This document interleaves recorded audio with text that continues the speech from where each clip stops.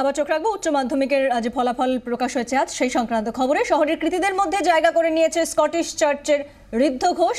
488 নম্বর পেয়ে মেধা তালিকার আরও 4 জনের সঙ্গে যুগ্মভাবে পঞ্চম স্থান দখল করেছেন শোভাবাজারের ঋদ্ধর বাড়িতে এই মুহূর্তে আমাদের প্রতিনিধি রয়েছেন সোমা দাস। সোমা, এই মুহূর্তে বাড়ির কিরকম পরিবেশ?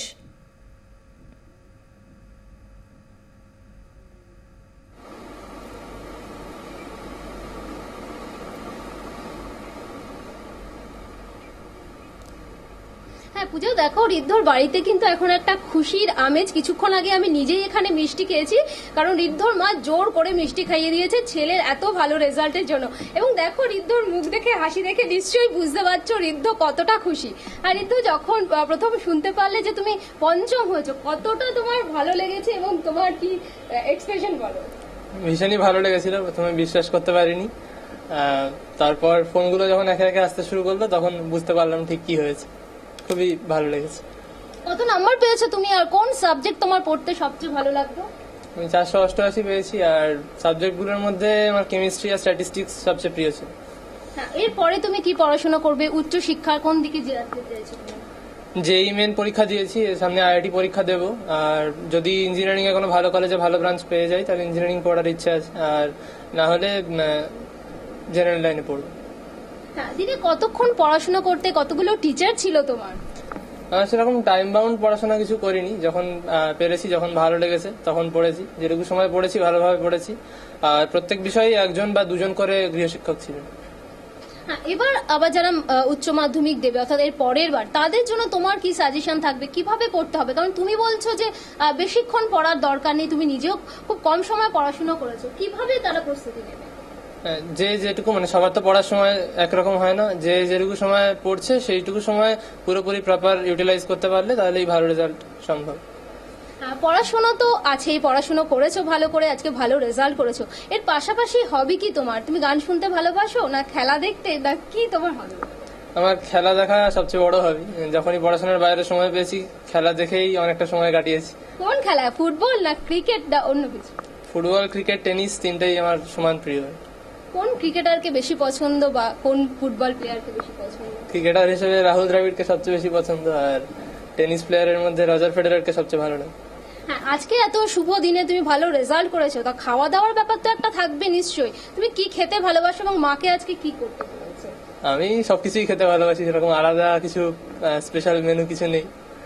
আর খাওয়া দাওয়ার ব্যাপারটা মাই ভালো জানে। আমি একদমই পূজা মায়ের সাথে কথা বলে নেবো, ঋদ্ধর মায়ের সঙ্গে, কারণ আজকে রান্নার ব্যাপারটা কিন্তু পুরোপুরি কাকিমার উপর নির্ভর করছে। আজকে ছেলের জন্য কি স্পেশাল মেনু? স্পেশাল এই মুহূর্তে কি এক্ষুনি করব? মিষ্টি খেতে ভালোবাসে, পেস্ট্রি খাবে, এইসব। আর ডাল ভাত আলু সেদ্ধ আমার ছেলের খুব প্রিয়, দইও খুব প্রিয়। ডাল ভাত আলু সেদ্ধ, মানে আপনার তার মানে কোনো আজকে পরিশ্রম কিছুই নেই? কিছু কিছু তো ভালো আজকে ছেলেকে খাওয়াতেই হবে। কি খাওয়াবে? দেখি কি খেতে চাইবে তাই খাওয়াবো, যা খেতে চাইবে। ও কতক্ষণ পড়াশোনা করতো, বা পড়াশোনার জন্য কোনো সময় ওকে বকতে হয়েছে যে পড়তে বসো? না, পড়তে বসতে বলতেও যেমন হয় না, পড়া বন্ধ করো তাও বলতে হয় না, কারণ ভীষণ কম পড়ে। মানে কম পড়ে বলতে হাতে বই আছে কিন্তু সারাক্ষণ খেলা দেখা, সারাক্ষণ এই সব করেও অনেক সময় ওর হয়তো কাটায়। তো কিন্তু ও যতটুকু পড়ে খুব মন দিয়ে পড়ে। 5 মিনিট পড়লেও মন দিয়ে পড়লো, তারপর আবার উঠে 10-15 মিনিট একটু খেলা দেখে গেল। খেলাটা খুবই ভালোবাসে। আজকের দিনটা কিভাবে সেলিব্রেশন করবেন পরিবারের সাথে, বা ওর টিচাররা আছে তাদের সঙ্গে, সবার সাথে? কালকে তো ওয়েস্ট বেঙ্গল জয়েন্ট পরীক্ষা, আর ও যেহেতু ইঞ্জিনিয়ারিং স্ট্রিমে ও পরীক্ষাটা দেবে। আর তারপরে হ্যাঁ, পরিবারে আমার বাবা মা রয়েছেন, কাছেই থাকেন, তারা আসবেন। ওর বাবা আছেন, সবাই মিলে হয়তো একটু গল্প টল্প করে আনন্দ করব। পড়াশোনা আজকে কতটা হবে জানি না, বাড়িতেই থাকবো। জয়েন্টের রেজাল্ট বেরোবে, কি আপনাদের কি ইচ্ছে যে কি হবে? দেখুন, আমার তো আমি বিজ্ঞানের নই, আমি সাহিত্যের ছাত্রী, সুতরাং আমি তো এই ব্যাপারটা বলতে পারবো না। ও যেটা পড়তে ইচ্ছে করবে ওটাই পড়বে। তবে ওর গবেষণা করার নিজের খুব ইচ্ছে। আমরা হয়তো তাড়াতাড়ি চাকরি বা ভালো রেজাল্ট করলে আইআইটি বা জয়েন্ট, এই মানে কোনো ইঞ্জিনিয়ারিং এর কথা ভাববো। কিন্তু ওর নিজের গবেষণা করার ইচ্ছে, জানি না ও শেষ পর্যন্ত যা ঠিক করবে তাই পড়তে পারে। হ্যাঁ, ঋদ্ধ বড় হয়ে কি হতে চায় বা সে কি নিয়ে পড়াশোনা করতে চায় বা ইঞ্জিনিয়ার হতে চায় না অন্য কিছু, সেই বিষয়টি কিন্তু ঋদ্ধের ওপরই ছেড়ে দেওয়া হয়েছে। আমাদের 24 ঘন্টার তরফ থেকেও কি ঋদ্ধকে অনেক শুভেচ্ছা জানাই, একেবারেই তাই, পরিবারকে অনেক একেবারেই তাই। অনেক ধন্যবাদ সোমা দাস, আমাদের প্রতিনিধি। এতক্ষণ ছিলেন সরাসরি ঋদ্ধ ঘোষ, উচ্চ মাধ্যমিকে এবছর 5ম স্থান অধিকার করেছেন ঋদ্ধ স্কটিশ চার্চের স্টুডেন্ট সে।